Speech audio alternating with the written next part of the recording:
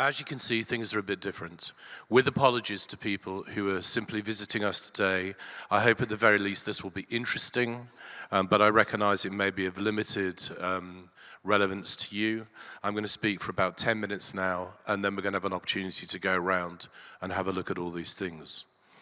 So once when President George Bush was on the campaign trail, he visited a retirement home and got into a conversation with an elderly resident.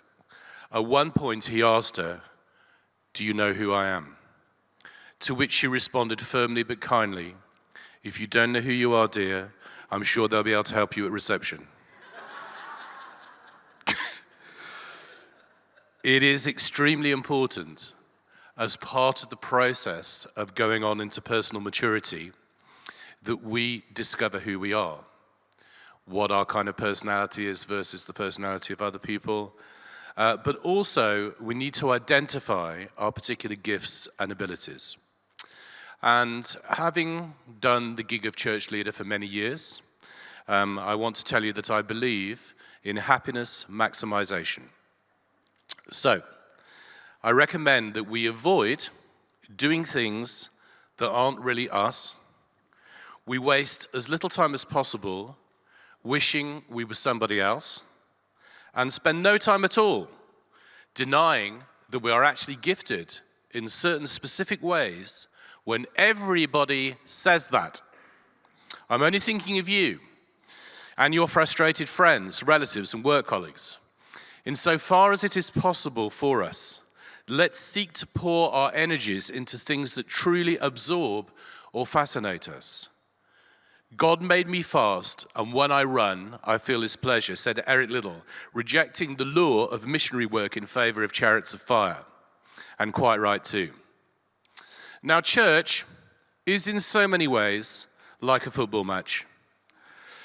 A huge crowd of people, often seriously unfit and in need of doing quite a lot more exercise, watching a small elite group of athletes who really do not need any more exercise under any circumstances.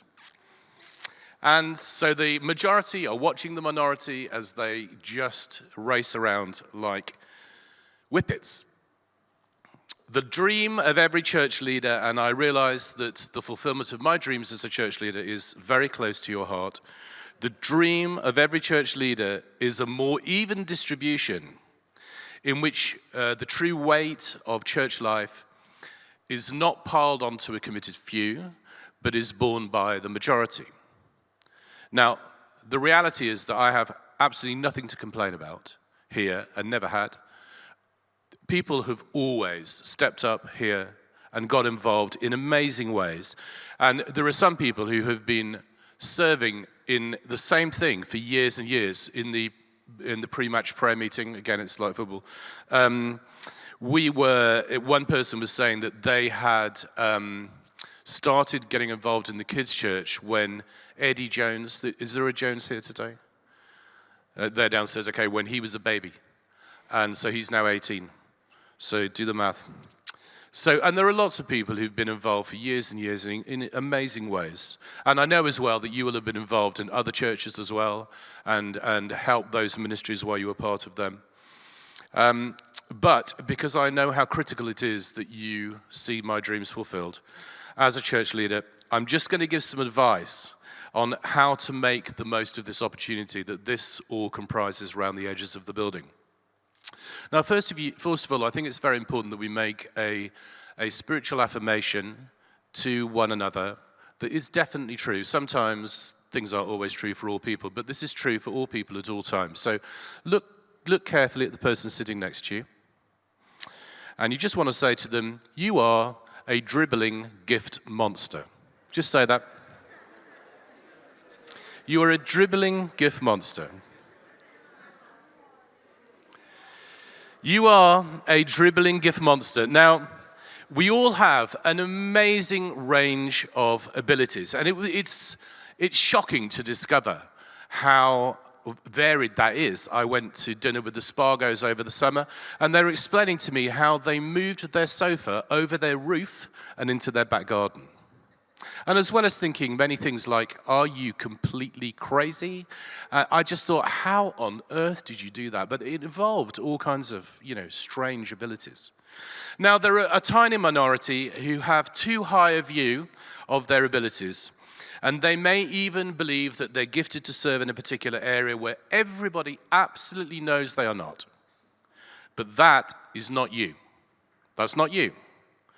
Much more commonly, people deny their gifting and lack the confidence to put themselves forward. And as somebody else was saying this morning, that can be because what people see happening in the church can look quite impressive. And so people compare themselves and they think, well, I could never do that. And so they write themselves off. And some people have always struggled to both identify their gifting and also to put themselves forward for things. And I want to be sympathetic to that because that doesn't happen for no reason. If you get this St. Mary's Church bug properly, you will come to realize, firstly, that God is nice. Secondly, that he likes you. And thirdly, that he wants to use you according to your gifts. Not just in here, but in many different contexts. As Christians, we're called to bear fruit. And the way in which we bear fruit is by exercising our many and various different gifts. So God is nice. He likes you. Yes, especially you. Especially those who write themselves off, who feel that cannot possibly be true. He's nice, he likes you, and he wants to use you, particularly those of you who lack confidence. I mean, an advantage of lacking confidence is that you'll probably be quite dependent on God. And as as God once said to a church leader who I really admired, a man called John Wimber, he said, I've seen your ministry, and now I'd like to show you mine. And the thing is, sometimes, if there is an overconfidence, it is really about us. If there's an underconfidence, then when you put yourself forward with some measure of fear and trembling, you're quite likely to be more dependent on God, and that's a good thing because, after all, we're trying to do the Christian thing. So, bear in mind as well that God loves to give us the desires of our heart. So when it comes to offering ourselves to an area or areas of the church's life, we should get in touch with our sense of pleasure. What do you enjoy doing? Think you would enjoy doing. Volunteer for that. By contrast with volunteering because you feel a horrible sense of obligation.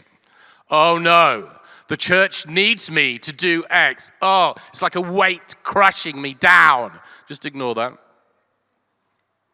Having said that, there are things that need doing, that always need doing, that don't require that much ability. They require people to show up, but that doesn't mean they don't matter. For instance, the reason we don't have this spectacular coffee machine in operation in the morning is that so far we haven't got a team that will run it. We've got an amazing team in the evening that see this as part of their ministry. In fact, some blessed member of the church bought this because they felt God say, you should have one of these, bless him.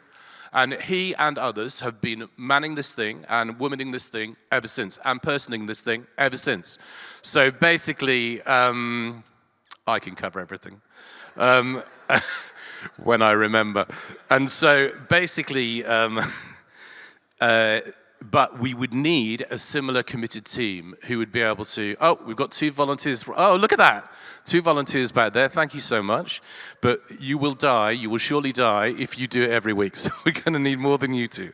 But thank you so much. That's good. That's a start. So what do you enjoy doing? Let's avoid a horrible sense of obligation. Some things just need to be done. Don't limit yourself to those, though, on the theory that even you couldn't screw it up. That's what some people do. You are one of God's masterpieces. You are a masterpiece of the living God. He has made you in his own image. He's made you unique. So don't be rude about what he's made by writing it off as though you're not who you are. If you write your name down for something today and you find subsequently you've made a mistake, you can simply pull out. It's fine. No harm, no foul. For various reasons, some people don't have a very firm grasp on what they're gifted to do and sometimes work it out by doing something for a bit that's not really us. It's how we work out the process. I mean, better if we didn't do that, but it's better than doing nothing. Anyone close to you should be able to tell you what your strengths are. So if you're not sure what your abilities and strengths are, the person sitting next to you should be able to tell you. They should know. And can I just say again, don't despise the positive things that people always say about you. You should, I think, as a mature human being, know your negative press. You should know what people would say about you if you weren't in the room, because everybody does that, right? Including close friends and husbands, wives, and children. Everybody has a common story about you when you're not there. But also, you should know your positive press. You should know what everybody always, oh, you're so good at this. And don't go, oh, I'm not. Just hear it. Or don't say, well, I wish I was this, but I'm not this, I'm this, and everyone else. Just rejoice in being that. Not everybody is that. Don't waste time wishing you were gifted to do something else. We literally need the expression of every single gift that people in this room represent. Also, the discernment process in some areas isn't going to be limited to what you think.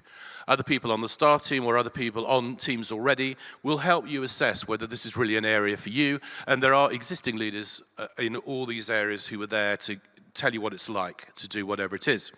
And this is particularly important in some areas like working with kids or youth. For some reason, people seem to think, at least I'll be able to do that. Believe me, you'll only ever be good at that if you like kids or youth. I mean, that's the fundamental starting point. If you don't like them, do not get anywhere near them. Also, you have to be of a certain standard, for example, to be in the worship team. The fact that you've just picked up a guitar does not mean you'll be on the stage. I know. But it could mean you will be once you've mastered playing it. So we've tried to cover everything that happens in the church around here. So doing the rounds today may simply serve to show you that you're happy with what you're already doing. It could show you you're actually doing too much. Feel free to scale down. If you fear that you're not doing enough, don't worry, it's not just you. It really can take a while before people feel they can put themselves forward, even if they'd really love to do so, as I've said. But I would always say, you don't need to wait around and prove yourself here. Just get involved as soon as you feel able, and that applies from day one. So if anybody is looking for a church, they've turned up and they think, I like this, you can get involved right now. You can start right now. Don't feel like people have to know you or anything. Just put yourself forward. It's a very eclectic place. It's central London. People are always coming and going. They shouldn't be allowed to, but they do. And so basically, we haven't got time to wait around for 6 years before we know your character. As Christians, I think we should be aiming for at least 3 happy stories. First of all, a happy relationship story. Secondly, a happy work story. Both of those take up a lot of time. And thirdly, a happy church story. My job is happy church. Church in which God's grace is to the fore, in which we are welcome as we are, in which we have the opportunity to be changed by the power of the Spirit as we need to be changed over time, and in which we grow by the use of our gifts. Happy church is not the most important story. All 3 stories really matter. It's a mistake to neglect other stories in the interests of church, but I've had 2 conversations with people today so far who I know their previous experience of church is that church requires them to collapse their life into what the church is doing. That is a mistake. As I said, there are 3 happy stories. It's a mistake not to engage in the church story at all if you're part of the church, but it's also a mistake to feel like this is the only thing that matters. It's not. It may be that you can offer something that we're not currently doing. We would like to know about that, since the church is really the expression of the gifts of the people who are currently part of it at any time. So if you're truly gifted to do something and we're not doing it, that really should become part of what we do. For example, historically, St. Mary's has had a huge reputation for being a meeting place for creatives. And I'll tell you why that was. It's because there was a truly gifted leader who was a creative, but who had a passion for raising up and supporting creatives. And he set up something called Artisan. His name is Steve Cole. He had a vision for supporting creatives. And so we had about like 100 people meeting here, more than that, on quite a regular basis. And a lot of them joined St. Mary's. But actually, it was across the churches. But when he left, that slowly died away, which shows you that the ministry of the church is dependent upon the gifts of the people who come. Obviously, he's been condemned to eternal damnation because he left, but no. He went on to do, what God had called him to do next, which is the way it is. So, if you are somebody that would love to see X ministry, but you don't currently see it, we'd love to hear about that too. So, that's enough from me. So now, we just get to wander around. Is coffee being served? No, coffee's not being served. It's been served. I'll tell you, it's a massive thing cranking that thing up. Anyway, so it's not being served. Wander around. We're going to carry on till about 12:30 when the kids return. But otherwise, just go and have a look and see what you think and see if anything is interesting to you. There will be leaders there who can answer any question. Go.